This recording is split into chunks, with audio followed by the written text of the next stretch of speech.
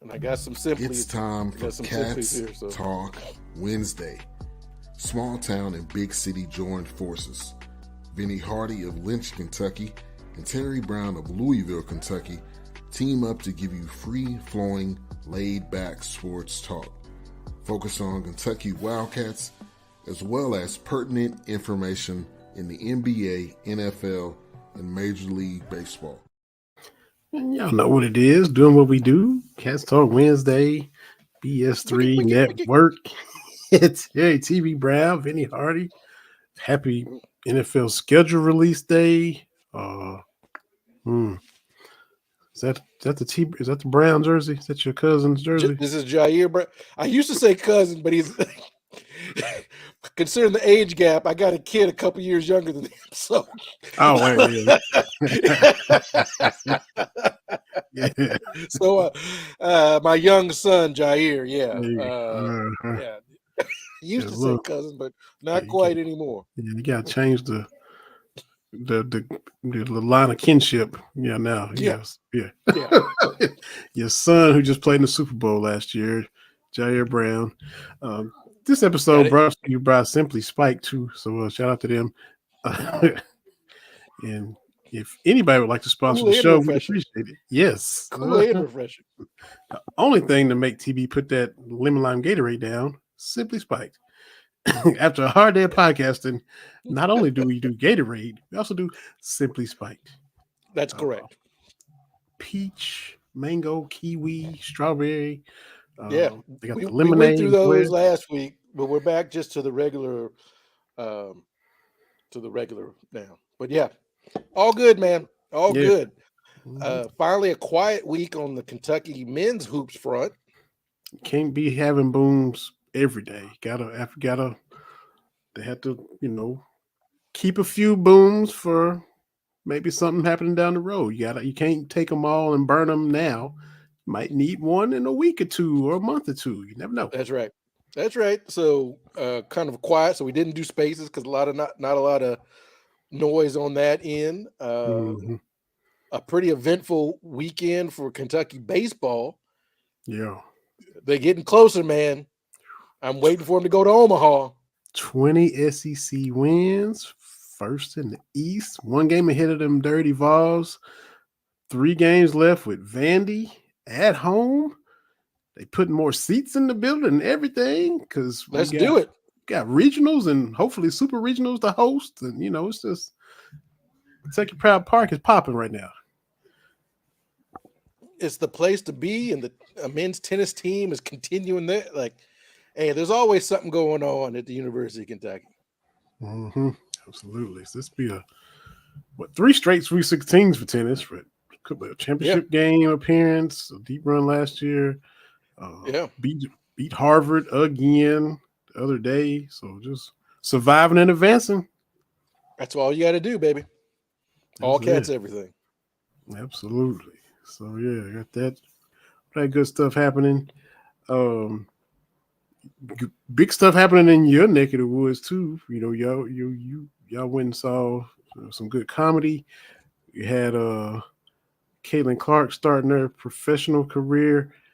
And Lisa Bluter retiring. Did y'all see that coming? Did everybody think when Caitlin leaves, she gone, or did she just kind of keep that quiet? Well, I know people had said that, and right with the end of the season. But the thing is, yes, Caitlin is a singular force. Let's not pretend otherwise. But Iowa women's basketball has been a thing. They've had sellouts going back since before Caitlin signed. Part of the reason she came because the program was competent under Bluter. She'd been here, 25 years or so. Right around the same time as Ferentz. That's what they do in Iowa. They find a coach and they stick it out for 20 plus years, But you kind of had to, and you go to back-to-back title games. I think that had more to do with than Caitlin stepping away. I just think after 25 years, it's time, right? So Jan Jansen has taken over, her longtime assistant that played under Bluter when she coached at Drake here in Des Moines proper. So they've One been got the together. short haircut. Got the little short Yeah, haircut. Always got- on the sideline. she got the she got that Midwestern mom haircut. Her and Bluter do.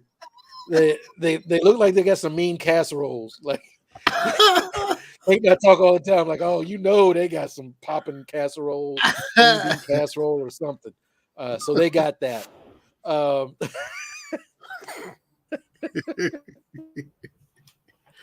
she's stepping right in. She the coaching, waiting, So but not. I don't know if it was a big surprise, but I don't think.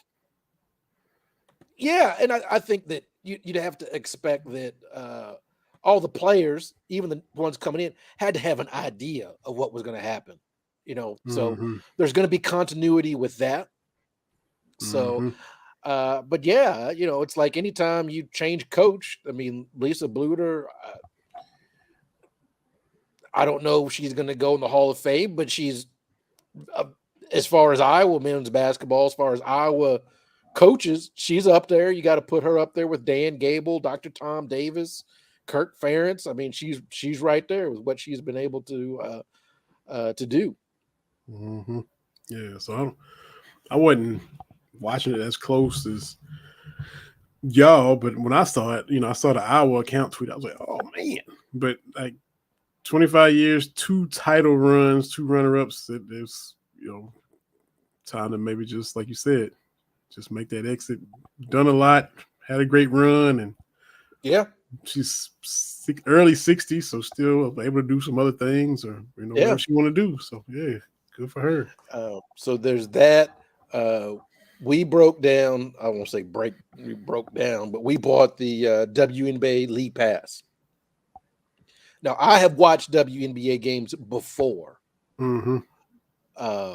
Not to say that I'm a diehard fan or anything like that, but I've watched it. I watched the finals with the Aces and the Liberty. I've seen some games here or there, but we're kind of all in on the WNBA. Not just obviously we want to see Caitlin Clark do well with the Fever, but watched Las Vegas last night on ESPN2. They got a good thing going out there in LV. Shout out to Kate Martin for making the team. Like as a second round pick, because that league, if you're a first round pick, there's no guarantee, baby.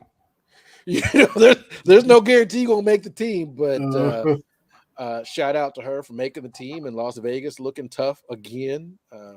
The Fever looked like a team last night that's had back-to-back number 1 picks. That's like, it. That's the thing too. I think you have to weigh all this stuff. And look, the thing about Caitlin Clark is every game is an indictment on how you feel one way or the other. I thought it was a pretty good performance. I didn't figure she was going to be an all-time great. But some people are like, well, you look at Candace Parker, great. Candace Parker, great. She also got to play with Lisa Leslie her first game. Like this, the Sparks were a pretty well-run organization with championship pedigree before she got there, right? And so that's the difference. You look at what Magic did as a rookie, his Game 6 performance. It's easy to do when you've got a lot of dudes on your team, right? Versus what we saw LeBron walk into in Cleveland, and all those number 1 draft picks, right? Yeah. So that's what it looked like last night. The Sun looked like a better team, which I would say they are. And so they got an MVP candidate in right. Alyssa, what's her name? Yeah, with a triple double. Yeah. And so Michelle, thank you.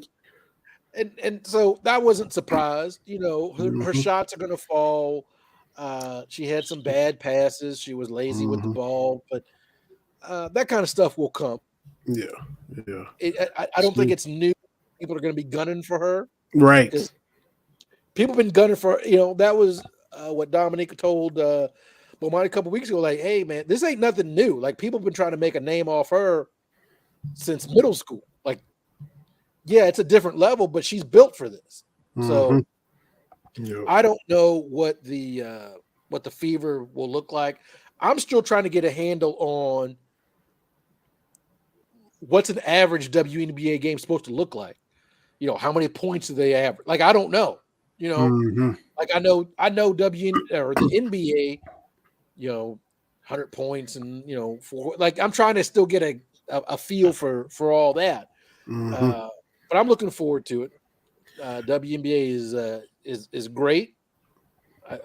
I do think they need to find a way to kind of spread the wealth a little bit. Even though a lot of people tuned in to see Caitlin, they've got to do a much better job of the other teams as well. Yeah, I think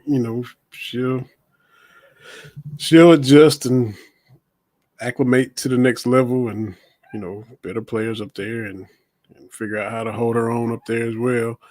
Oh, are the Fever flying charter every game now? Is that the thing, or is it just for that? It's supposed to be all the teams. Everybody now, okay. From what I heard, but then it was just Indiana, and I'm like, well, they all should. If you're a professional franchise, that should be something you should budget for. But as Rex Chapman pointed out, it was damn near the 90s before NBA teams got that, and that's with Bird and Magic in them. I can't imagine being in the airport and seeing the 1986 Celtics come walking by. Like, what? But if you're going to do it, then you need to do it. I would think, just for safety, for ease, and all that kind of stuff. I would assume they would try to get all the charters together, because I know one owner, was it the Liberty last year before, got in trouble for doing it, and I'm like, for making progress, and I'm like, making travel better. If Kentucky can fly around its teams on a charter jet, then surely the Liberty and the Suns and the Storm can get on a chartered aircraft. One would think. Yeah, there would be a partnership there. You would think. And they're fixing to expand anyway. So I mean, if you're trying to do all this kind of stuff, try to be first class across the board.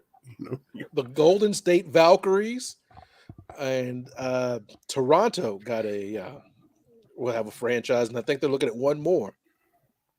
You need to bring Houston back, because I was a Comets fan from the jump, because Rockets Comets cool. Oh, Cheryl Swoops cool. She just won a championship in '93 at Texas Tech. Cool. Cynthia Cooper, Tina Thompson. So, and that team doesn't even exist anymore after winning the first 4 championships in that league's history, and then it just evaporated. No more Houston Comets. You'd be hard pressed to find another team anywhere that just stopped existing to win a bunch of those championships. Like that feels, because 4 is still the most, isn't it? I don't know off the top of my head. I think 4, because the Sparks have 2? Yeah, the Sparks, Liberty, Aces in there. The Lynx have 2 or 3 with Maya Moore. I'd have to look that up, but 4 is up there. That would be like, hey, guess what? There's no more 49ers. Like that's a huge, what? They should be an original 6, like the Celtics. The Houston Comets should be an original foundation franchise for the WNBA. I mean, right? It would be like the Packers no longer existing after winning the first 2 Super Bowls. It feels weird. I would love to see Houston get a team just for that very reason. I know they want to expand, but I'm like, I have a feeling, I don't know all the reason why the Comets don't exist. I'm not going to pretend to be an expert, but it would feel like, as the WNBA is having this moment, it would behoove them to, hey, we need something where Cheryl Swoops and them can be in the crowd, right? Can be a face of this. If you're trying to connect, the Lisa Leslies and the Rebecca Lobos and that first group in '96 to what we're doing now, Houston seems like something you should be able to do that with. Mm-hmm. Now, some people have said, I've seen a lot of talk like, Louisville/Kentucky needs a team.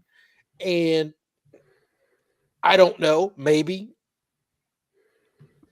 I just don't know if I think there'll be fan support, but you got to have sponsors and stuff, and you got to look for that. Like I think what holds Louisville and Kentucky back is most of the big time sponsors are at Louisville and Kentucky. Yeah. Mm-hmm. So what would really work in Louisville is if they got in that professional volleyball league. Because volleyball is lighting it up in Kentucky. Mm-hmm. Sure is. Every school. Yeah. U of L, UK, and Western. Mm-hmm. Sure is. So yeah, it was. I don't know. But yeah, you got to have the Comets, and volleyball is a good thing for sponsorship in Kentucky as well, for sure. And Simply Spike, y'all can holler at us and sponsor this podcast if y'all like, or anybody else, business or product. We'd be happy to promote your business or product on our podcast. Absolutely. That's right. So with the NFL schedule, look, man, I try not to be one of those championship or bust kind of people, but that's where I am with the Niners. Like I'm gonna follow every game, all 17. We just got to give her that hump. Like I'm not gonna get too up. I'm not gonna get too down. Whatever this, because 11-12 wins, and let's try to get to Glendale or wherever the Super Bowl is this upcoming year. That's where I am. Mm-hmm. Didn't make a whole lot of moves this offseason. I like the Pearsall draft. I like him because Ray McLeod left the 49ers, so we need somebody back there to field kicks. If you remember the Super Bowl, we muffed a punt, and that was the first touchdown for the Chiefs. So it hit a dude's foot, though. I mean, I know Ray get blamed, but it hit a dude's foot first. No, right. It was a weird one, right? But Yeah. but Ray he was in hurt, a tough spot. But Ray had been hurt before that. Okay. And so one of those games, we were still fighting for the number 1 seed. It was like, well, we could put Debo back there. No, man, we got to save Debo's hits for other things, right? Like we just need somebody back there to return kicks and everything like that. So look, I know that I think it was Pro Football Focus that gave the 49ers a C+ or whatever for the offseason. There wasn't a whole lot they could do. Right? Mm-hmm. You're not at the point where you're going to blow everything up. You got one more year before you have to pay Purdy. Mm-hmm. So got a lot of guys tied if it up ain't already. Broke, don't fix it. Uh-huh. Right. So if it ain't broke, don't fix it. And I know I'll probably eat my words. Well, no, I won't, because honestly, I'm not worried about any team in the NFC. I'm not worried. I'm not saying we're going to go undefeated in the NFC, but I'm honestly not worried. Because as we went to the playoffs last year, we beat every playoff team. Every NFC team that made the playoffs, the 49ers beat during the regular season, except for the Lions, and then that's who they beat to go to the Super Bowl. The Lions have made some adjustments. Good for them. Still not worried. I'm not worried about Philadelphia. I know they got Saquon Barkley now. Still not worried. Mm-hmm. We broke Philadelphia. They were 10-1 and had a 2-game lead for the number 1 seed. They held San Francisco to -2 yards in the first quarter of that game, and then San Francisco scored touchdowns in the next 6 possessions. Mm-hmm. Okay. This could very well be the year that the Cowboys beat the 49ers. It's in AT&T Stadium. I know the Cowboys really, really want that one. They may get it on Sunday Night Football. I think it's Sunday Night Football. I saw that come across. They may get us. That's fine. They brought Ezekiel Elliott back to get that old thing back. How you feel about that? How you feel about getting that old thing back? I mean, I just don't know he was one of those to me. It happens to everybody, but he just kind of lost it so quick overnight. He just oh, and a year away up in New England. I don't know. I'm just come. I'm not expecting a whole lot, to be honest. I don't know what he's got to give. Yeah. Pollard is gone.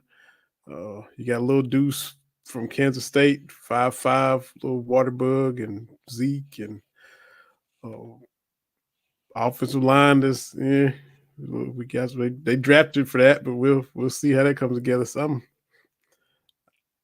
I'm not expecting the same young Zeke hurdling people with the track speed and all that. You can't do that after a few years. The shelf life goes away, and that's he Running might backs he have that. might just he might hit some fountain of youth and surprise all of us. But I'll just have to be surprised by that. It, I think the Rams will be better, but like I said, I'm really not worried about the NFC. I'm worried because last year we lost the Super Bowl and we looked bad against Baltimore, right? Like that was an all Oh systems yeah. failure. So that was Christmas. That was great. But I just want basically like I told you before we go on. I know we play at Green Bay and we play at Minnesota. I just want to see when they are. Mm-hmm. Because as you know, the upper Midwest from late November on, woo, buddy. I'm Yeah. a diehard Niners fan, but if it's Green Bay in November, I don't know because I don't like it being that cold. Yeah, that's when Dallas went. It was chilly, man. It was, and the locals, we stopped in Milwaukee, and I was like, "Whoo, man, it is something else up here." She was like, "Oh, this ain't nothing. This is only November." I was like, "Oh my god," like we just getting started with the cold up here. I was like, "Man, Man, so it's like when we went to Wrigley last week. Had the wind coming in off the lake. I said, "This is not baseball weather. The boys of summer is what baseball is called. What is this?" We so we that's sitting your under that first. overhang. That wind come in. I was like, "Ooh, hit me different." That's your first time not in a suite in a while too, wasn't it? Because you in Minnesota, you were in a dome, and uh, Well, Minnesota, because it was our anniversary, we splurged for the good seats. We were at because I just said last year this time I was like, oh, the Niners are going to be in Minnesota around our anniversary. I'm like, I just want to get in the building, but my wife was like, look, if you're going to do it, we do it right. So yeah, probably more than we should have, but it's anniversary, whatever. And she's mhm. on. I got her hooked on the 49ers narcotic. And so we went and we had a great time. Yeah, it was indoors. Minnesota is just great. Minneapolis is great. We talked about it here. We did the print stuff and all that kind of stuff. And it's great because in Minneapolis, uh, Target Center, Target Field, Mhm. and whatever the football stadium is called. It's some kind of bank or something. U.S. Bank or something. U.S. Bank. Let me look up since I still have my program. Yeah, US Bank Stadium, right? Yeah. Uh, are all relatively close. So I'm like, oh, Mm. this is great. Um, so anyway, we'll see because if it's Minneapolis, we'll probably go because Minneapolis is not going to be very good, and I'd love to see a 49ers victory, in person. Because Um, Kirk Cousins is gone. They got what the kid from Michigan is up there, and Sam Darnold. So you're tell yeah, you, man, y'all can't beat them. I'm so mad. We made Kirk Cousins look just woo. But yeah, Michelle, yeah, I know it gets cold up in Milwaukee. It's that Mm-hmm. wind, man. That's why I told you before you went. So I just want to see who's playing what and who's playing where. If what I've seen is true, I think we've got 6 primetime games, 2 Monday night football, a Thursday night, and we got you guys Sunday night, week 7, I believe, or week 8, something like that. Yeah, I think we're So at again, Cleveland week 1, and there's I think a Sunday night game at Pittsburgh. I don't know. We're trying to. My buddy thinking about if we're going to do Cleveland, we're going to do Pittsburgh, or if we're going to do a home game. I don't know. But yeah, it's. I was hoping that the Kansas City game was going to be at KC because that one is a real close drive. Kansas City is closer than Milwaukee Okay. for us because we just was kicking around the idea we'd like to go to a Royals game and go see the Negro Leagues museum. Yeah. Oh man. Yeah. We've had Yeah. Mr. Bob on for a couple of times, and I Mhm. really should go see that. And Yeah. so Me we too. may go to Kansas City for that. But yeah, I like to see what the social media teams are going to do for the teams. I still laugh about Tennessee going to random people on the street, showing up the logos for last year. Like, who is it? I need to find that if you haven't seen it. Pretty funny stuff that the Titans did last year. Let's see. So yeah, just what 8 o'clock? Well, yeah, in a minute, I guess they'll release it fully. What hasn't already been leaked, it'll be Yeah, on out there for everybody. We got these playoffs. We thought Denver was dead and ready to be buried, and they're chilling those 95 Rockets, man, down 2-0. And next thing you know, we're gonna have to have an uncomfortable conversation because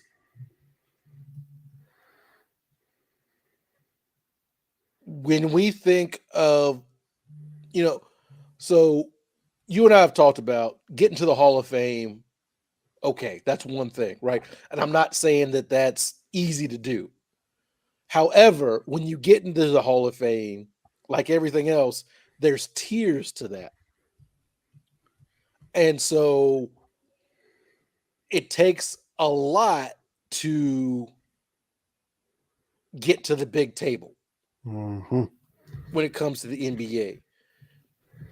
Because for most of our lives, that top 5 or 6 has been sacrosanct, it's been right? set. Yeah, It has been because at your big table in the Hall of Fame, right? Mhm, You have to have Wilt.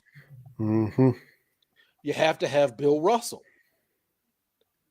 Magic and Bird join at the hip, right? You got to have them. mhm, You got to have Michael, mhm. right? You have to have those. Kareem. And then, Kareem, right? So that is Mhm. that 6. Yeah, Will, maybe uh, Russell, Russell, Magic and Bird, MJ, and Kareem. Kareem. 6. Mhm, So it's been 6, right? mhm. Well, I think you have to pull up a chair for LeBron. Okay. Steph is the guy I go back and forth on.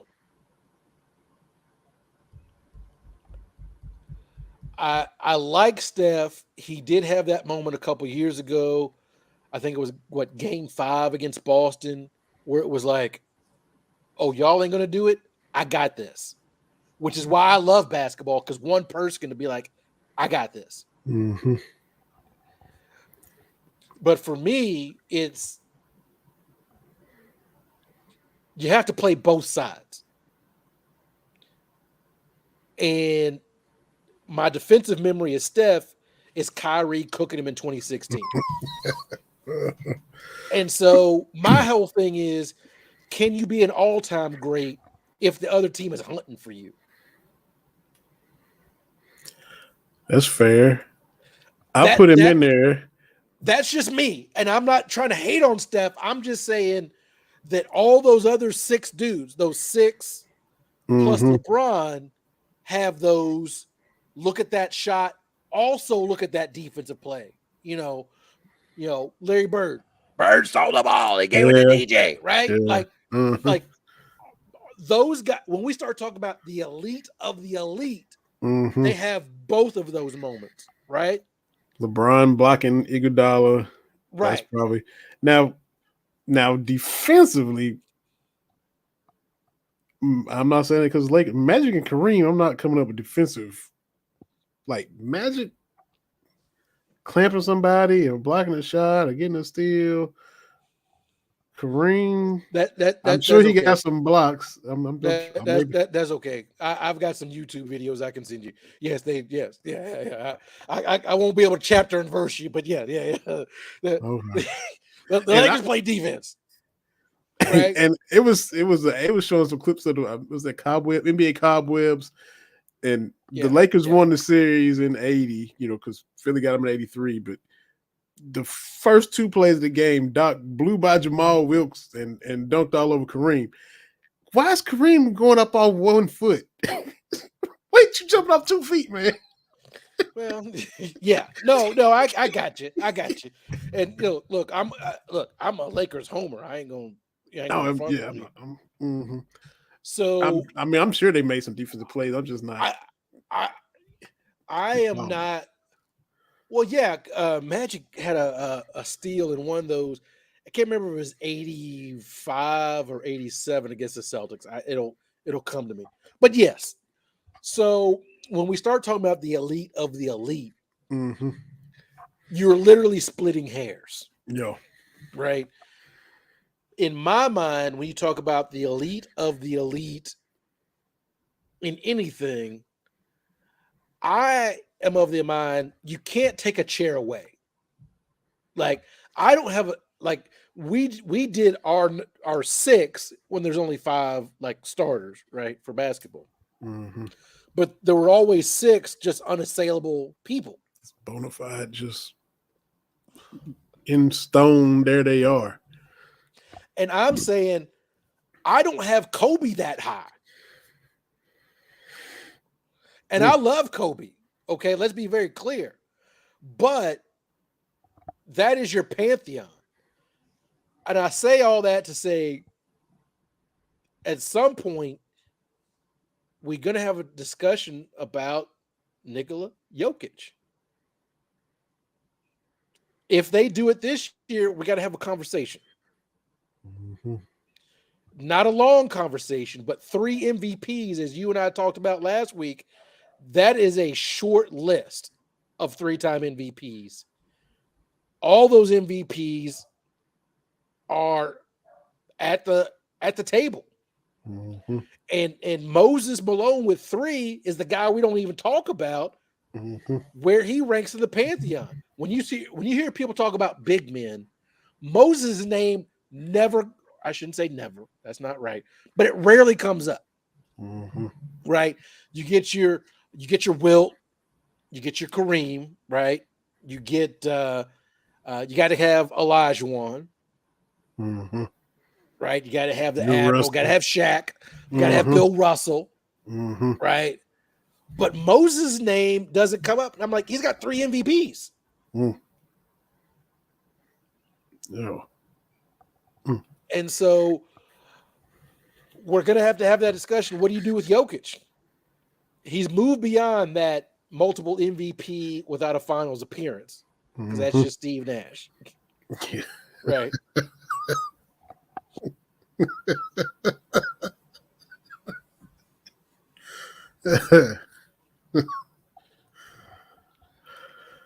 Yeah. So, but the thing with Jokic is,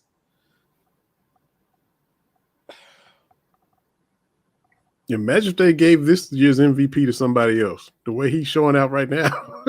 Because, Olajuwon was pissed off when they gave it to Rob, the Admiral, and then he felt the wrath. Dogged David Robinson. Imagine if Joker hadn't won the MVP. I mean, because he playing like somebody else got his MVP right now. He playing like Rudy got his MVP. Yes.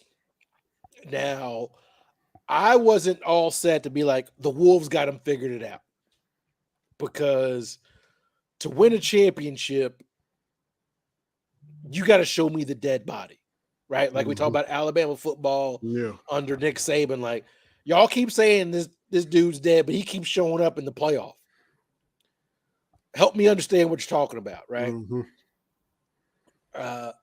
So Minnesota came out, but it's like it takes more than 2 wins to win a series. Mm-hmm. And Denver has just come out like the other night. But Minnesota It, went to Denver and stole game right, 1 and blew them out in game 2. So he like human nature. Oh, now they're going back home. Oh, and right. I you know, started thinking that, but I'm like, you know what? Teams that have won championships, you gotta show me the body on a lot of these things. mm-hmm. And it just looked like Jokic is like, okay, all right. He stopped looking at pictures of his horses and decided to actually play. Yeah. And it's the thing about watching Jokic is when we think of those greats, there's this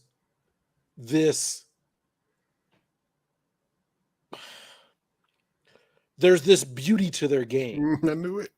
Yo. right? There's this beauty and this fluidity Some to their aesthetics. game. And like my wife was pointing out, I was like, Jokic looks like he's playing water polo.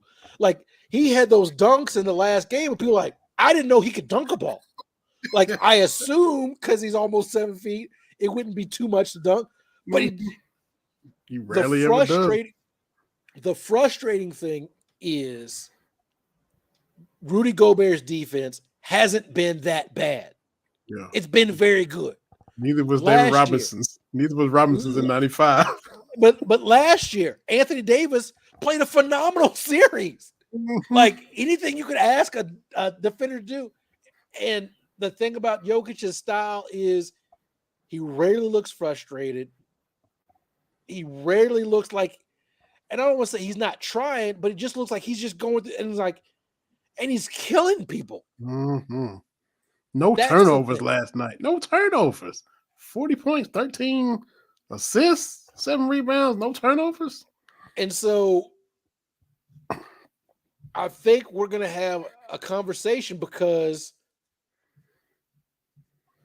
I think Denver might have another run in them. Now, I granted, to sit at that pantheon, there's a lot of championships sitting there, right? Mm-hmm. Russell had a lot. I think Wilt, of the people we talked to, Wilt may have the fewest. Of the 6 at the table. Because Yeah. Wilt's, he just got the 1. You got 2?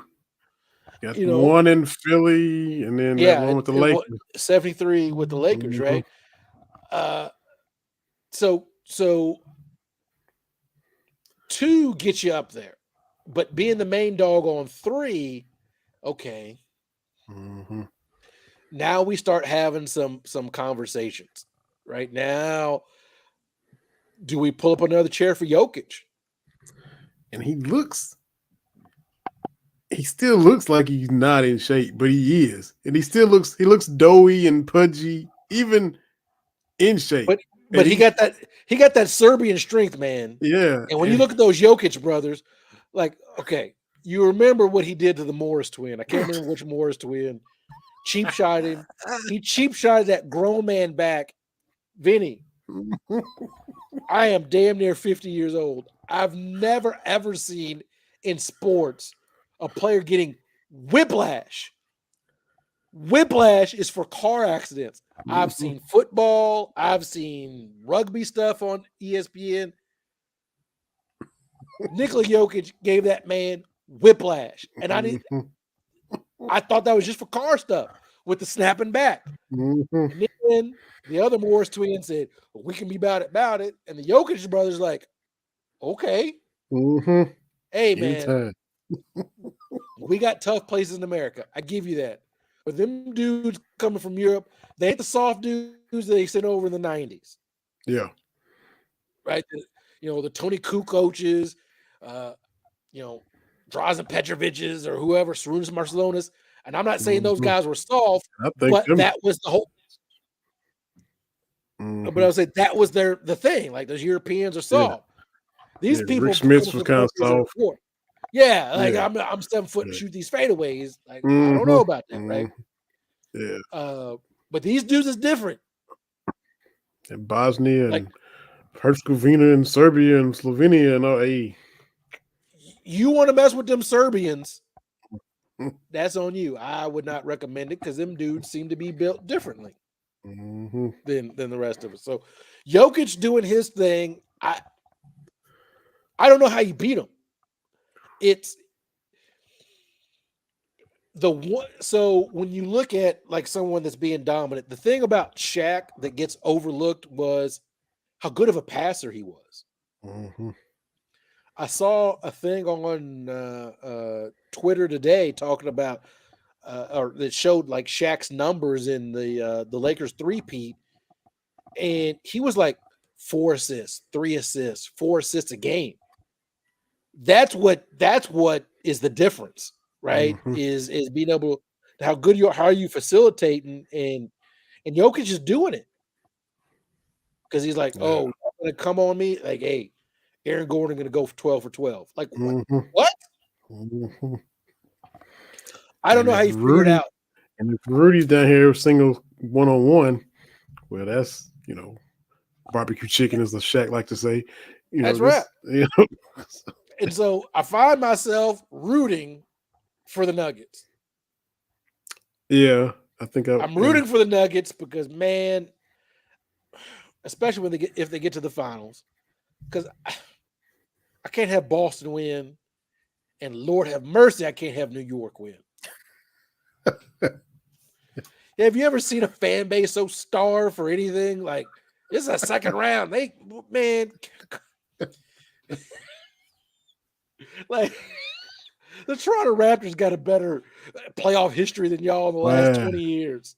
Come on, man. The Dallas Mavericks over the last 30 years are better than the Knicks. That is true. But of course, anytime the Knicks show any kind of competency, anytime we got to hear about Madison Square Garden. It's the Mecca's world's most famous arena. Oh, man. That's what they've been telling me. They've been telling me how good it is when the Knicks win championships. I'm 50. I haven't seen it. No. Have you seen the Knicks win a champ? I know in '94 you didn't see them win. I didn't. I saw them losing 7. Sure did. Thank you very much. Right? Like, so you keep telling me when the Knicks win championships how great it is for the NBA. Well, when the Knicks last won a championship, there were like 18 teams, and dudes was on charter flights, and things was tape delayed. But in the 50 years since, Mike Conley can make $200 million and only one All-Star team. That to me seems like the NBA is doing pretty darn good, if you ask me. I love Mike Conley, but it's hard to believe that he's been in the league for 55 years. Yeah. Was he on the Ohio State teams that Florida beat? Yeah, he was for the championships. Yeah. The 07 team. Yeah. Him and Greg Oden out there losing to Noah and them. Oh, yeah. Man. And I ain't trying to hate. I'm an old person myself. Yeah. But I ain't trying to hoop out here. Yeah. And this was his best shot at trying to make some kind of decent run. And besides, because with that Memphis, he was on a decent Memphis team, wasn't he? Yeah, but that was that grit and grind where it was just, I think they made it to the semis. I don't think they made it to the conference finals. But So he about the same place he's at now then, basically. Yeah, man. But yeah. On the other side, you got Shea continuing to do his thing, and this Thunder Mavs series is going to be really good. We got the best 2 out of 3 now. Of course, I'm rooting for the Thunder. I can't root for the Mavericks and anything. I dislike the Mavericks as much as I like the Cowboys. And Mark Cuban and Luka and his whining, and every single call, Luka gets hit or bumped or something, and he expects to get a whistle. It doesn't seem fun to play with Luka. Mm-hmm. I mean, because the ball go in, it don't look like the ball's going to come back out, and that doesn't seem fun to me. Yeah. So Yeah, he playing with the old grouchy man at the park. And he only like he only like 25 or something, but he just act like an old grumpy dude out there every game, man. Every game. I I of course I'm rooting for Shea.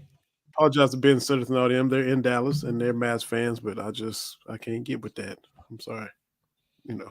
But yeah, Shea is, The Thunder got something going. They're ahead of schedule mm-hmm. with Chet, and I tell you, hey, Edie, Chet. is Cason Wallace is going to be one of those dudes we can add to the list of how do we not do something with that dude, right? Yep. So which brings me to my soapbox moment. If I can I soapbox for a moment? Yeah, I think I have one for later. Yeah. Mm-hmm. John Calipari is no longer the coach of the University of Kentucky men's basketball team. Right. So I don't understand the need to relitigate everything that happened under 15 years. Let me be very clear. Getting to the Final Four is hard. It is hard to do, which when you look at it in all of our North American sports, the Final Four, like, I don't know if the Niners put up a banner because they made it to the NFC Championship game a couple years ago. Like, the Final Four and everything else is okay, right?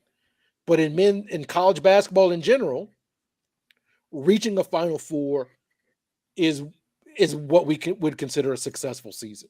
Mm-hmm. Even programs like North Carolina and Duke and Kansas and Kentucky put up banners to celebrate the Final Four. I say that to say this.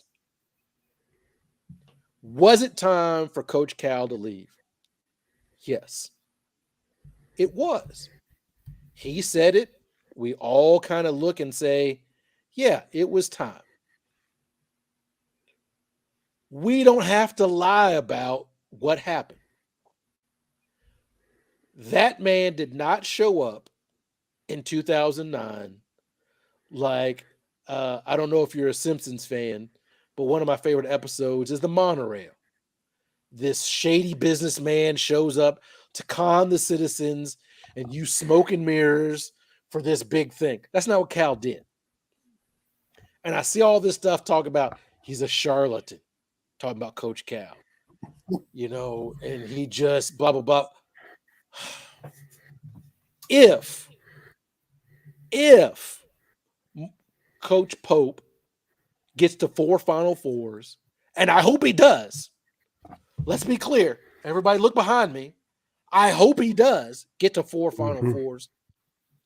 As I told you, Vinny, before we got on here, the list of Hall of Fame coaches with 4 and fewer Final Four appearances for their career, Bill Self has been to 4. Okay. Jay Wright, 4. John Thompson, 3. Wow. Okay. So getting to 4 Final Fours, however you feel about the talent that's come through, and I can't believe we had Rob and Reed and blah, blah, blah. 4 Final Fours is hard. I've said on this show repeatedly, however it ended for Cal at Kentucky, we really underestimated what he did in the first 6 seasons. We really did. What he did in the first 6 seasons with 4 Final Fours, there's a lot of people in the Hall of Fame that haven't been to that many for their career. We need to let that go, man. He's not coaching here anymore. And I've seen rumors about what this assistant coach did. And look, bottom line is this. When Cal got here, he won at an extraordinarily high level. That's one. The last 4 seasons, he didn't win at a high level. That's the bottom line. That's all I care about. I don't need this behind the scenes, blah, blah, blah, blah, blah. You and I have talked to players from those 96, 97, 98 teams. It wasn't all sunshines and roses, Mhm. but what? But they won, Mhm. right? Yup. Like, that's the whole thing. Like, objectively, the denim uniforms, terrible. They weren't even Kentucky blue. However, the best basketball team I've ever seen wore denim shorts on the way to the championship, which is why Yeah. I got them on right now. Because they won. They won in the icicles and the Sure did. zigzags and the swoop. They won with all that foolishness. The bottom line is this. And as I tell people, because everybody's got sources, everybody's got inside stuff. Look, man, I'm going to tell y'all, I'm going to give you a little secret with everybody with sources and all this kind of stuff. You have to ask yourself a question. This is what Mama B always told me. When you got an inside person, why is this person telling you this? Why? Mhm. It's easy to throw dirt when somebody's dead. With Cal, right? I've heard so much crazy stuff. I'm like, it sounded like Sodom and Gomorrah was going on in Lexington. Is that true? Is that what happened? Or people just saying stuff? Like, well, this player and that player are fighting. Okay. Look, there's 12 people on the basketball team, right? I don't know how many people on your team at work, but we got about 12. Ain't none of them happy with everybody at the same time. Mhm. But are we trying to achieve this goal as a team? Yes, we are. Mhm. You ain't got to love your teammate. Ain't the first fight and won't be the last. I mean, how many Well, fights did your Dallas Cowboys have winning 3 out of 4 Super Bowls? oh Lord. Everybody got along. Oh no. Troy Aikman got along with Michael Irvin all the time. They all agree with what Jimmy Johnson said all the time. Oh yeah. No, man. Oh, yeah. Hell no. What is wrong? Are y'all new here? But you come together for a common goal and you win. So look, I've heard a lot of those rumors y'all are hearing that you're going to pay boards and see and getting. Look, man, we got to move forward. If you tell me, hey, Kentucky was great before Cal, and we were, then just move on. Just move on. There's no reason to kick dirt at this point. Yeah. I say that. I also say I don't like how we're becoming North Carolina. Ooh. That now we got to have some purity test. Every North Carolina coach last 25 years, direct line to Dean Smith, because that's how they ordain it. Mm-hmm. Right? Mm-hmm. That appears to be what Duke's get down is. I get it. I love Coach Pope. I got a 96 championship. Hold on.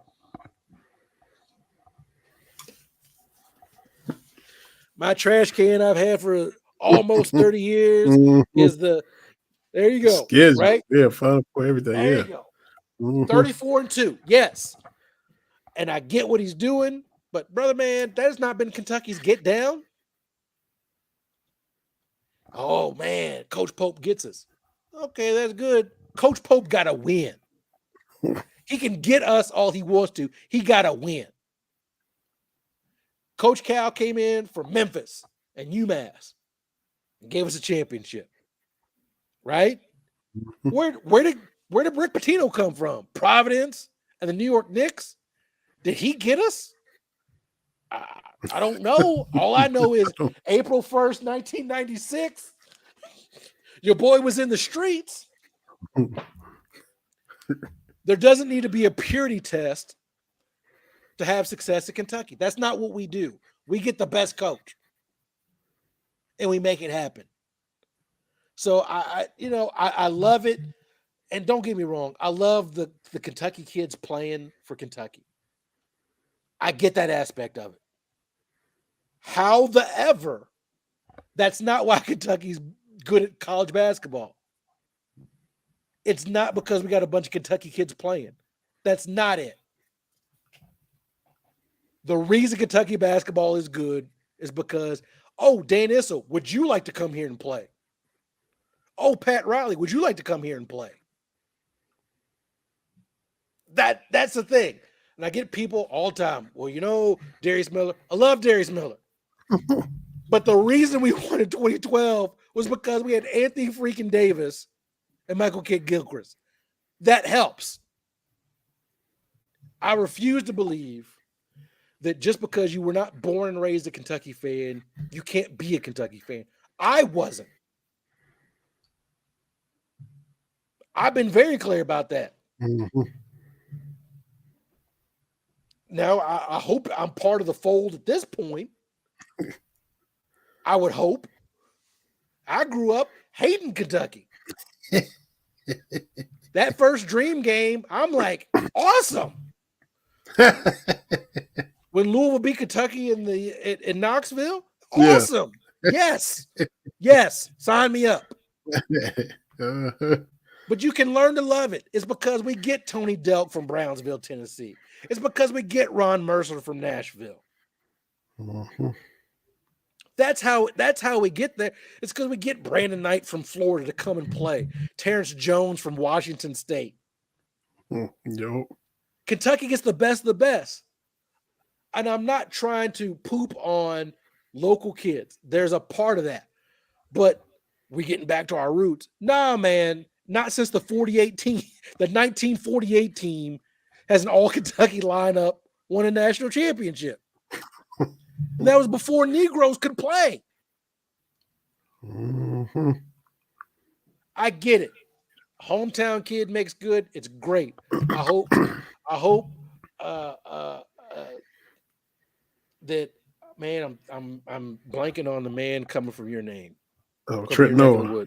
I hope Trent Noah does awesome. I hope Perry does awesome. But that ain't what this is, man. That's not why Kentucky basketball has been as good as it has been. Because you had, well, 48 or whatever was all Kentucky. 78, you still had Mike Phillips from Manchester, Ohio, Kyle Macy from Indiana, Rick Roby from New Orleans. Now you had Jack Givens and James Lee from Lexington, but you still had other dudes from other places. You know. But in the modern era, look at the 96 team. Where are them dudes from? Outside of Anthony Epps, where are they from? Walter McCarty's from Evansville. Mm-hmm.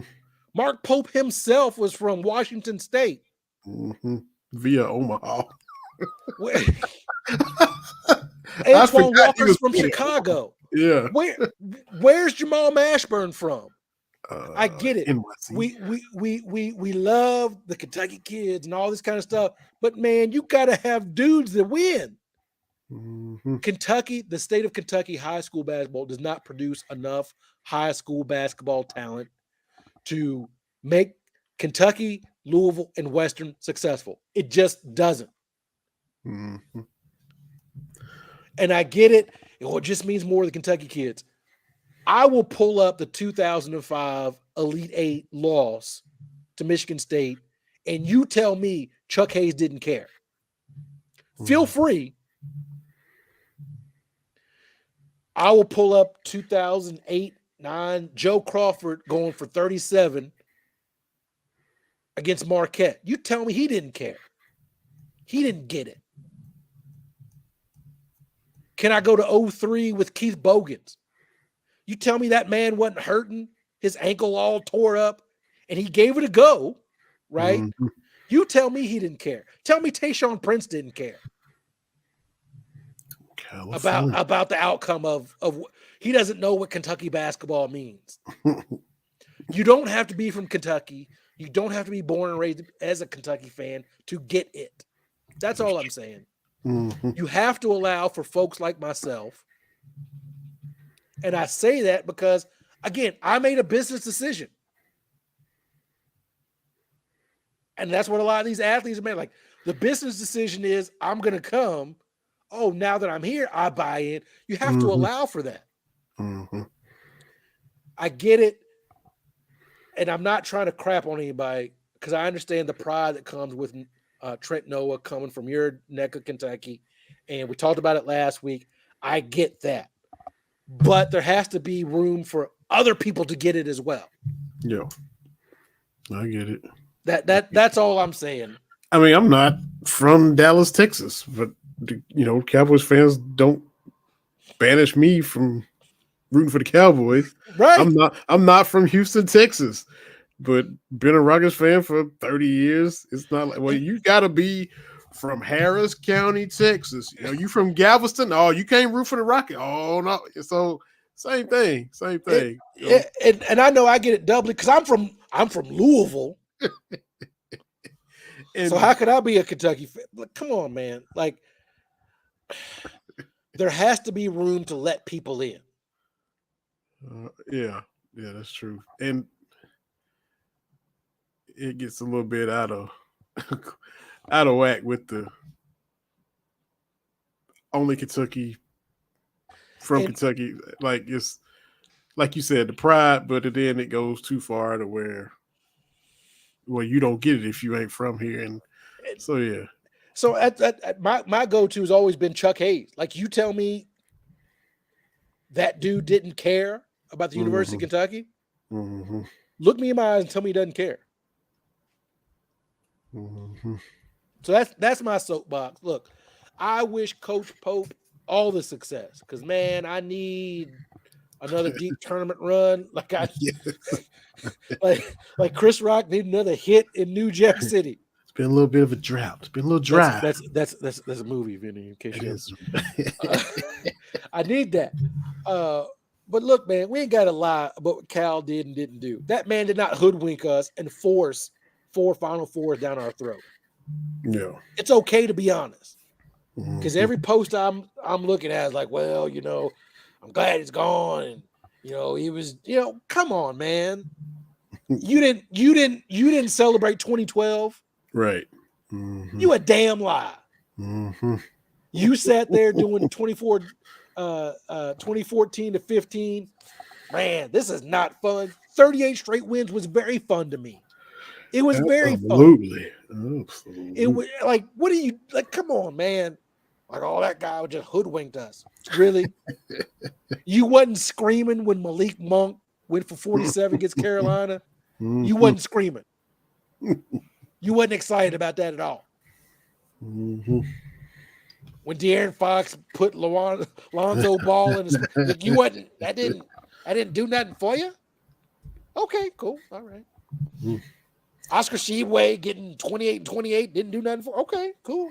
If that's what you say, I gotta believe you. I think it's highly irregular that you got no enjoyment from any of the Final Fours. Yeah, that's. You didn't jump out your seat when Brandon and I hit that three or hit that shot in Aaron Craft's eye. You nothing for you. Okay, cool. None of the Aaron Harrison threes. Like, you don't get goosebumps when the clip comes up and Jim Nantz says, this is the point where he always hits it. Like, that don't do nothing for you. It didn't do nothing when we eliminated Louisville in 2014. That didn't do nothing. Nothing. Okay. I mean, if you say that, because I had people in my mentions like, I knew in 2014 that this was not. Shut the hell up, man. You knew in 2014 and 2015 that this was all smoking. Shut up, man. I'm sorry. Yeah, I need to. I'm off my soapbox, but I'm like, come on. Hey, man. we hadn't had one in a while. We used to have one every week. But we can't be like, you can't lie about what happened. Like, look, I always go back to this again. I've been through a divorce. I'm not going to sit here and tell you everything about that divorce was terrible. She did not hold a gun to my head when we got married. And there was good moments. Did it end the way I thought it was going to end? No. But I ain't going to sit here and be like, it was all terrible. This sucks. And I got a new wife. This is great. Like, yeah, the new one's great. Like, come on, man. You ain't got to lie about what Cal did and didn't do. He did not hold a gun to our collective head and force us to take 4 Final Four. Like, what are we doing? Yeah. Mm-hmm. Let me settle down with another one of the assemblies. I apologize. Oh, I'm not trying to be like contrarian. My little soapboxes, and it ain't even a shot. It's not even because love our guy Van. He's a fellow VH. There's not many VHs out here. There's a lot more TBs than there are VHs. So, but Van was kind of trying to say that just because we was all excited about Trent Noah coming, that everybody giving up on Travis Perry. He's like, it's a cold world. Everybody just giving up on the state's all-time leading scorer and all. I'm like, it's not giving up on him. I'm like, everybody was excited when Perry committed. Everybody was excited when he broke the scoring record throughout the state, but especially out there in Lyon County in Western Kentucky where he's from. And he committed in November of last year. So he got to go through his whole season of his senior year as a Kentucky commit. Yeah. Everywhere Lyon County went, people already wanted to come see him. Oh, he the state leading scorer. Oh, this team could, win the whole thing. Oh, now he committed to Kentucky. So people wanted to come see him. He got to ride that wave. And it's not his fault. And it's not Trent Noah's fault that he just now committed last week because he wasn't in Kentucky's plans until Mark Pope comes in. So both things can happen at the same time. Travis Perry got his love, but we can be excited that Trent Noah is here. And that's not any kind of shade to Travis Perry just because, Trent Noah is on BBN Tonight talking with Keith Farmer. Trent Noah is on the radio and doing his little media stuff because it just happened. So let everybody be excited for him too.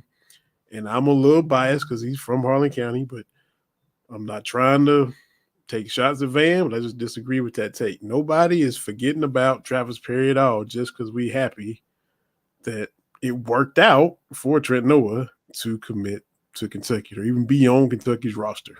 So that's all I was trying to say. That's my little soapbox. And, I'll love the Van, but I'll get a little bit off base with that. Well, look, man, and again, I'm not trying to downplay it. Because the thing is, there is benefit to having local homegrown kids play for your program, right? Like there's a benefit to that, because again, as we had a good friend Adam Jacoby on talking about Caitlin Clark. Mm-hmm. It was not a shoe-in that she was going to go to Iowa. Yeah. Right? Mm-hmm. And so I've texted him like, can you imagine if she was doing this at UConn? Mm. If she was, she probably wouldn't because UConn, right? They got all these All-Americans. But like if she had gone to, Michigan State, right? She ain't getting that much of a green light from Gino. No. Well, because, and look, Gino says a lot of good things. Like if you don't do X, you don't play. That's easy to say when it's like, Breonna Stewart sit down, Sue Bird step up. That's different. Paige Beckers and my right. And I know they weren't playing all at the same time, but I'm like, they've all, UConn's whole thing was like, we got a lot of, I don't want to say dudes, a lot of people we can roll out, a lot of ladies. Mm-hmm. But it gets to a point also where I don't even know what the head-to-head record of Kentucky and Tennessee was during Chris Lofton's run. I'd imagine it wasn't 500 because they only do celebrations for if you're 500, what you saw with Ray Mears. So I would assume head-to-head Kentucky beat Tennessee more, but people won't let that go. Mm-hmm. It's like they hanging on to now. They Cal sub 500 against Rick Barnes. That's their big thing now because they right. Say it while they can. But Chris Lofton was always the one that got away, even though you can look. And that was the year Tubby brought in. That was the Ramel Bradley, Joe Crawford, Rondo. Rondo. Was that Rondo and Randolph Morris? Like he had the we got on Tubby for recruiting, and that was a year he got like a top 3 or 4 recruiting class, if I'm not mistaken. And so you end up with a situation where it's like, okay, we'd like to, but no. And so he goes to Tennessee, and people haven't let that go, right? And so I think if you have Division I prospects, you can't let them go. And he's still a Kentucky dude, but he just, he went to Tennessee for his college, and he bleeds the orange, but he's still, 60. We got 606 in his Twitter because he's from here, right? Like, and isn't that the weird thing too? It's hard for us to grasp that. Because seeing his family, his family rocked that orange while he was there, as they should have. But it's just, it just don't compute in our minds because it's Tennessee. It's like Allen Houston. Yeah, everybody thought he was going to Louisville. He was a shoo-in. His dad gets a job in Tennessee. Like, that's a gots to go. And so. 2 of the high school greats here, last, I almost said 10 years. God, I'm getting old. But the last little bit, those 2 end up at Tennessee. That stinks because I hate Tennessee. So you've got to have those homegrown kids. You've got to keep them. You got to develop them. So you develop them so you do get the performance like Darius Miller. Like, I'm not trying to discount he was not an important cog in the wheel to get the 2012 championship. He was. SEC tournament MVP in 2011, all that kind of stuff. But sometimes with those Kentucky kids, thank you. Yeah, I am getting old. I absolutely am, man. Like that thing I shared on Twitter this week. You get 1 point for everything you've done. Yeah. And I'm like, I did everything but MySpace. Yeah, I'm like, y'all don't rock CDs? Like, I didn't realize that CDs was making you old, but then I'm like, well, I ain't got a CD. When the last time you played a CD? You got a CD player in the house? That's a brand new house. You ain't got no CD player in there. No, I don't have a CD player in the house. No, I don't. I don't. You Spotify on your phone, or you Apple Music on your phone, or something? I got Apple Music. Thanks to Mama B. I feel like Birdman. I got everything in my mama's name. Me and Mama B on a cell phone plan because she got the old people discount.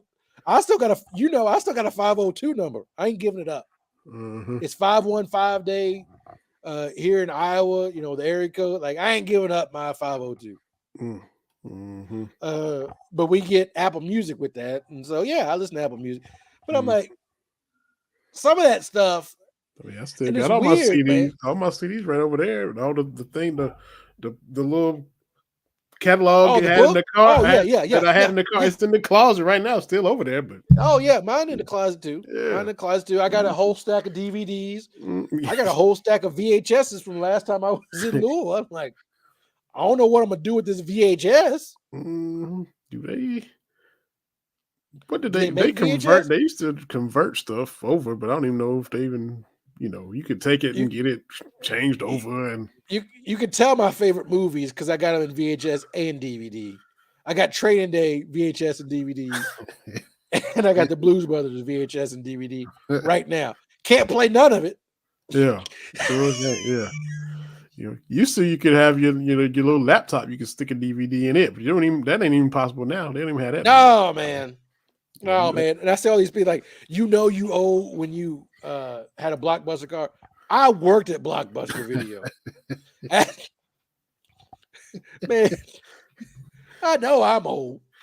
Got that one left out there in Oregon. That's it now, man. Man, I love working at Blockbuster because you would get free rentals and stuff. And ooh, buddy.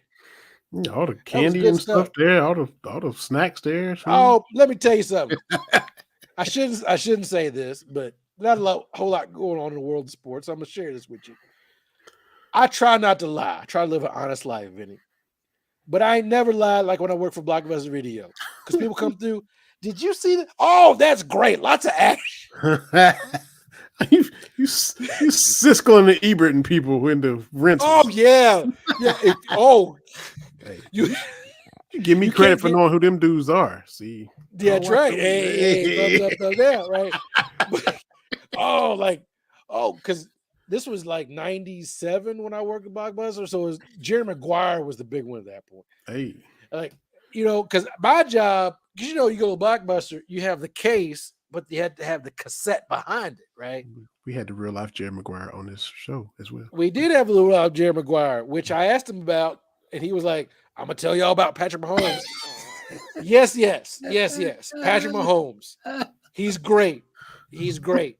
Yes, yes. Yes, yes. You're fantastic. But what about Jerry Maguire? Like, you found that clip for me, and verily came to pass, and Patrick Mahomes taking 2 championships off my Niners. Mm, So mm. yeah, I know. I feel bad about that. But man, ain't nothing like Friday, Saturday night working at Blockbuster. People drop off the movies, and you can hear that clunk, clunk, clunk, clunk. And people be walking around, and you'd get a big stack, and people are like, "Is that who you got? Is that?" Like Volcano was a big one Wow. in '97. Like Jerry Maguire. I'm trying to think of some others. Like, is that you got in there? Like, I'm also going to come clean about that because you had to call people about their late fees, and I'm like, I'm supposed to call somebody for $2.12, you in collections. You work in collections. That's what and you I'm like, yeah, I'll call them. Bloop bloop bloop. I dial. Yep, no answer. Like, I'm not, because you would do. call somebody like, I'm gonna pay when I come back in. Look, man. All right, I would only call the ones that, like, if you got $50 in late fees, I'm gonna call that. Mm-hmm. Oh, Jason Huber, Terry, did you work the Blockbuster on near campus on Euclid? I did not. I worked at the one in Fern Creek in Louisville, Ooh. and then I went to a bunch of others, kind of around Louisville.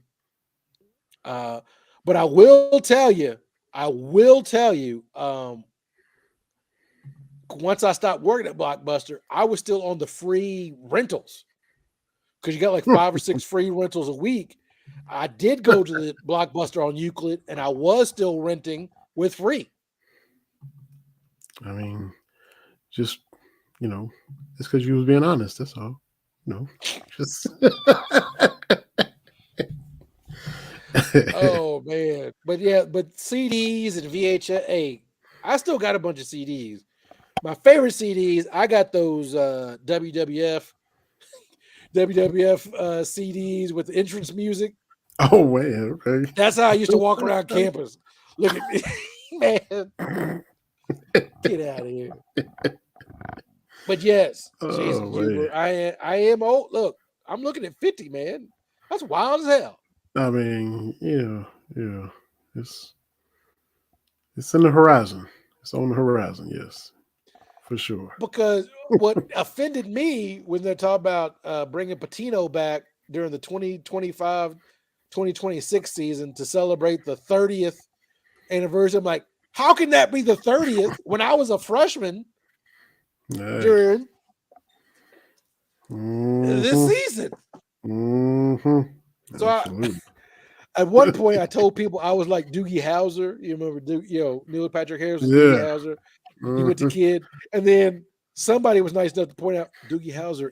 The TV show was like 30-something years old. So even making that reference makes me old. Mhm. This mama be a Kentucky fan of Louisville. Oh, come on now, Michelle. Uh oh wow, that's a good question because my mother, she is. Let's keep track of this. She got her undergraduate, her bachelor's at Memphis State. We still say Memphis State. She got her first master's at Western Kentucky, her second master's at Louisville, and her doctorate at Louisville. So she is what, a tiger, hilltopper, cardinal. Mm, But she does have Kentucky stuff. mm. She's all in. She supports Kentucky. Uh, what game was I there in February for? And we watched together because she like Rob Dillingham. She find she finds her a player that she kind of likes and everything like that. So uh, yeah. So like she roots for a little bit of everything. mhm. Uh, but yeah. No, we get. Now my dad went to U of L. I was the first person to go to UK. My dad, my entire time undergrad was Terry goes to that school up 64. Like he refused to refer to University of Kentucky by name until I graduated, and then he was like, "Oh yeah, my son went to UK." Mm. But he just always that school up 64, that school in So Lexington. just gonna That was hold out until you walk across the aisle. Then out. yeah. Like, oh, Jason got tailgate stories. Locked in the adult room at Blockbuster on Euclid. Friends having to holler for a manager to help him get out. Okay, I can't wait to hear that.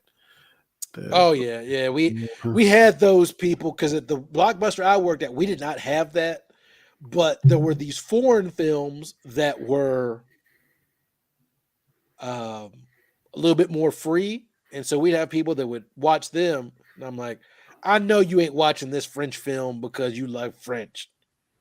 You just watching it because it's got some nudity in it. Mm-hmm. Yo.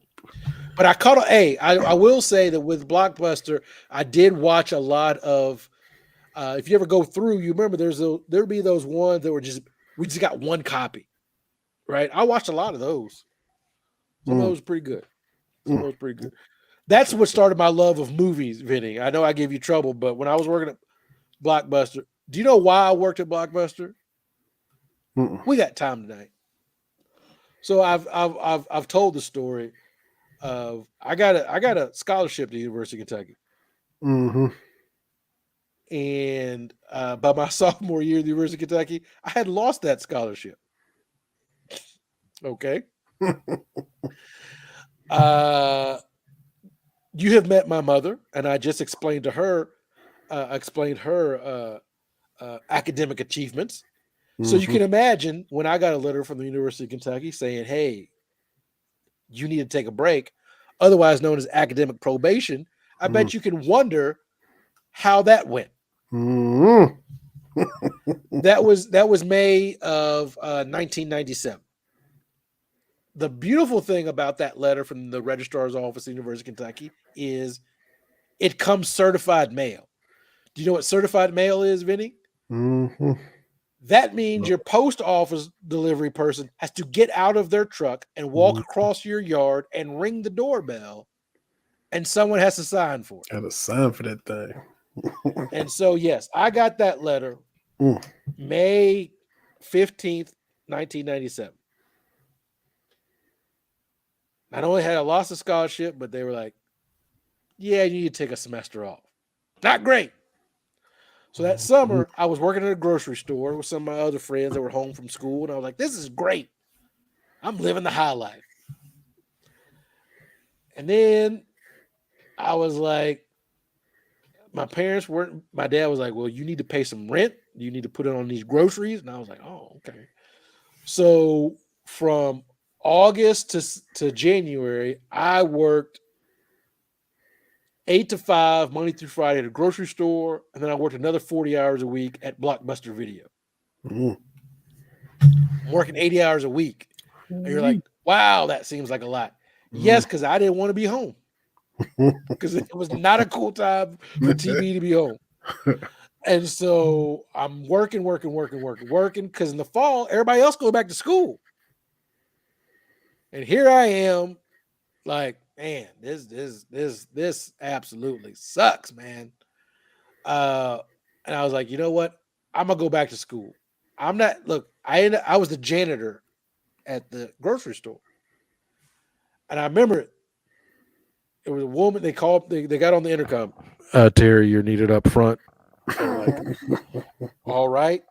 And I went to the bathroom, and I won't spare you. I'll spare you the details, but I was like, I can't do this for the next 40 years. I got to go back to school. Mhm. I got to do something. So I had a weekend. I went visit all my friends because they all went back to Lexington and Kentucky and everything like that. And I'm like, yeah, I got to come back and finish what I started. So I work, saved up, went back the spring 98 semester, paid my own way, had saved up and worked. I don't know if you could do that today because tuition's ridiculous, but I work. And hey, I got back on the straight and narrow after that, man. If you'd have crossed my Mhm. paths after that, I was like, hey, I'm about these books, man. Because Mhm. my parents like, look, my dad was like, look, man, we can pay for you to go, but you got to show us you want to be there. Mhm. Word. So I work. Mm-mm-mm.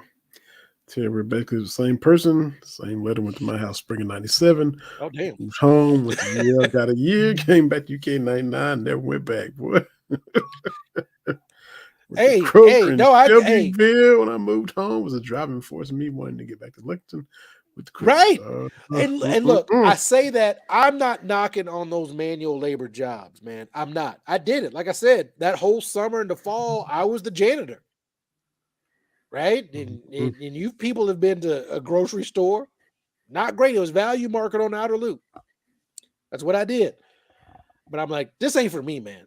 This ain't for me. And I always say, look, uh, on my journey, my older brother Kenneth was always the one to give me that advice, right? Like my parents were always up here, but he was always the one. He's like, look, man, you gotta figure this out. And that's thankfully, I was able to do that. Mhm. That's But it. yeah, man, that was not a great conversation when that registrar's letter came. And I was like, Mm-mm-mm. ooh, you get that when you have 2 consecutive semesters under a 2.0 GPA. For Yeah. those that it's probably changed by now, but that was it.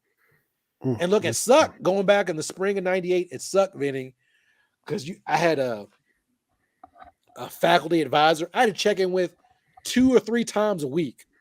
Mm. I had to give them my syllabus. I had to run work by them. Like And I'm parole. like, you're right. It's like parole. And I'm like, this sucks. And I would call back home, right? I'd call back. I'm like, I'm tired of going over to, oh man, what was that building? I guess it was Patterson Office Tower. I'm like, I'm tired of this. And my mom was like, well, sweetie, you've met my mom. Sweet as can be. She's like, you probably shouldn't have flunked out. Yeah. Awesome. Uh-huh. I go home, I'm mad. I'm like, man, I got to show everybody everything. Like, man, the easy thing would have been not to. You right, Yeah. That's it. Mm. but I share that because, listen, whatever you do in this life takes a little bit of work and sacrifice, right? For me, academics had come easy to that point. For me, it was like, I'll figure it out until I didn't Mhm. figure it out. And Mhm. then I had to decide this is what I want to do. Yo. Had to buckle And that was, down. and for some folks, they have that moment when they're in high school. Great. Mhm. It took me getting this full scholarship, losing it, flunking Yeah. out of school, and getting back. Like, Uh, can't coast no more. Gotta. no, man, I had to put that work in. So whatever you Mhm. decide to do, you gotta, and that's what it took for me. Yeah. Mhm. And Jason, yeah, you're correct. Yeah, the women's restroom was always that. That's why I had my epiphany. If you're in Louisville and you drive by the Value Market on Outer Loop, you can say, "Hey, that's what." Yes, because I was like, I can't do this. This is not what Mhm. I'm supposed to be doing. Yeah. So Mm-mm. anyway, Good um, stuff, man. Good but stuff. back to sports. Like, look, I'm rooting for baseball. I want them to get to Omaha so I can go watch. Yes, absolutely. Um, Finish strong. Take care of Vanderbilt. Win this SEC and put a great season, man. Either way, hopefully they can hang on and keep that 1 game lead over Tennessee and I think yeah, Arkansas. anytime you can beat Tennessee, man. Mm-hmm. But is there anything else going on this week? I think we covered a lot of stuff. We covered a lot of ground today. I think for the horse racing people, I'm glad Mystic Dan is in the Preakness. I like when the Derby Yeah. horse runs in the Preakness. I Yeah. know, sometimes they sit them out and skip them and wait for the Belmont, but the the old days, trying to get a Triple Crown, you 2 weeks later after the Derby, you roll to Baltimore and try it out. Even if the other horses you're going against is fresh and they wasn't in the Derby, that's okay. See what you got. They've been trying to Yeah. duck the Derby to get to you and all this kind of stuff. And hopefully they can. Mr. Kenny McPeak is from Kentucky, went to UK. Hopefully he can have a good weekend in the Preakness and Yeah. then we have at the Belmont. So hey, I'm I'm I'm, glad I'm not I'm not going to pretend to be a horse racing person. I'm just this Yeah. this No, just basic. Yeah, I don't know either. I'm just glad. you're I'm glad he decided to do it. well, you're right, because there was that stretch where it was. I mean, I don't have it in front of me, but there was a stretch where it was like the Derby winner wasn't going in the Preakness. Right, and so Like they made that conscious decision, or they go in the Preakness and wouldn't run in the Belmont. It depended on where they finished in the Preakness. This is a stretch where, like, if you're horse racing, you'd like to have a Triple Crown winner, right? Or at least the thought of it, right? And to then kind of when keep people interested. it just shoots it all down. I'm like, well, I'm in the Derby, but I'm out on the Preakness. I'm like, what? Oh, well, what's the point of even watching? But I'm glad he's in there and has a good run and stays healthy and all the other stuff about horse racing that we don't know about. But hope he does well. Oh yeah. I'd love to see a Triple Crown winner. Me and my youngest, she pulled American Pharaoh's name out of a hat, and so that was her horse, and we know what American Pharaoh did, because we went to the Kentucky Derby Museum shortly after that, where for $30 you could buy dirt from the track where American Pharaoh run. Like, I ain't paying $30 for a little jar of dirt. That $30 for some dirt, yes. that you could have just got from any. Like, come on, man. No. It's track dirt, man. Special. And the beautiful thing about horses is there's horse farms around our house out here. And I always forget, and the wife pointed this out, watching a horse run is beautiful. Like, okay, other animals run. I get that, your dog, cat, whatever. But horses, you can understand why you become enamored with horse racing. Because thoroughbred horses are just beautiful just to watch them run in a field. Yeah. Let alone at a track where you can but just to watch the animal run, they're beautiful, right? Their muscles, and it's just a beautiful gallop. And it's just, there's something about horses, and like I said, there's horse farms out here. Where we live is it kind of reminds you of Versailles, going into to Lexington that way by the castle, and there's just these beautiful horse farms. You see the horses running, very, very beautiful. Good stuff, man. Good stuff. Appreciate all the comments too. Appreciate everybody watching. Appreciate Jason jumping in, Michelle. And I'm gonna look him up, Jason. You keep inviting to the yeah, to the tailgate. And I've told the wife that this year she's got to come to Commonwealth Stadium for Commonwealth Stadium. Damn, I'm old. It's been Kroger Field for 5 years, ain't it? Whatever. Yeah. It's always Commonwealth to me. It's like Twitter's Twitter. It's not going to be X. Right. But I told her we would do a football game and do a men's basketball game. There you go. Get her. Indoctrinator. That's right. Because I've been to the Iowa with the Wave, which I don't know about any other tradition. That one, it's great. With the kids. Yeah, it'd be cool to see that in person. TB loves the kids. That's right. We love our listeners. Jason, Absolutely. Michelle, everybody watching, appreciate y'all checking us out. Twitter, Facebook, YouTube. Follow, subscribe, keep up with us. And we do this every week. We'll be back doing it all again, talking more playoffs and whatever else happens between now and then. The schedule, TB can see where he's going to Minneapolis or Green Bay, Prince World or Frozen Tundra, or it'd be Thawed Tundra when he goes if it's pre-November. You ain't going to see no Frozen Tundra, I know. Oh, okay. I see Jason's last comment here. Does Terry work for the Iowa Tourism Board? I live a mile away from Versailles, and there ain't no Versailles in Iowa. I said it reminded me of Versailles because there's horse farm. It reminded me of Versailles. Jeez. I'm not trying to say, look, there's only one Versailles, Kentucky. I got it. Look, I have said there's nothing more beautiful because I love when I'm going Louisville to Lexington, I would get off at the Versailles exit because it's just a little bit slower, maybe. But there's nothing more beautiful than those horse farms. There's just you can see why people move west from the original 13 and move to Kentucky. Mm-hmm. Kentucky's beautiful. Kentucky is my home. I live here now, but Kentucky's my home. And I just say things remind me of Kentucky. There's only one Versailles. Yeah, that's right. There's only one Frankfort. There's only one Lexington. Yeah. There's only one Louisville. But other places can remind me of home. Yes. But yes. Iowa basically is nothing but a bunch of corn there, Mr. Huber. Cornfields and cornfields. Eloquently stated.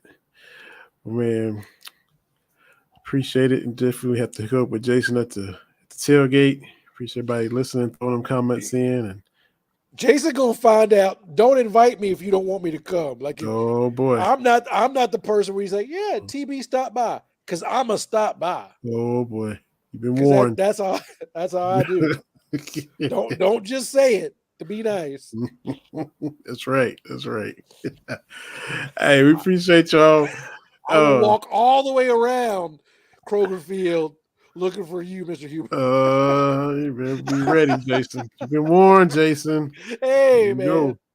It's May the 15th. You've been warned, so be ready. And Michelle invite me up to Milwaukee. I'm coming up there too. Mm-hmm. Wisconsin ain't that far. Y'all all been warned. All been warned. Don't invite me if you don't want me to come. Don't just be like, yeah, TB, stop by, because I'm going to stop by. We're going to let y'all next week. Cast on Wednesday. Sir. Terry Brown, Vinny Hardy. Appreciate y'all. Spotify, Roku, wherever you want to watch and listen, we'll be there. We'll see everybody next Wednesday. Be safe. Stay warm. If it's cold where you are, be safe no matter what you're doing. We'll see y'all next time.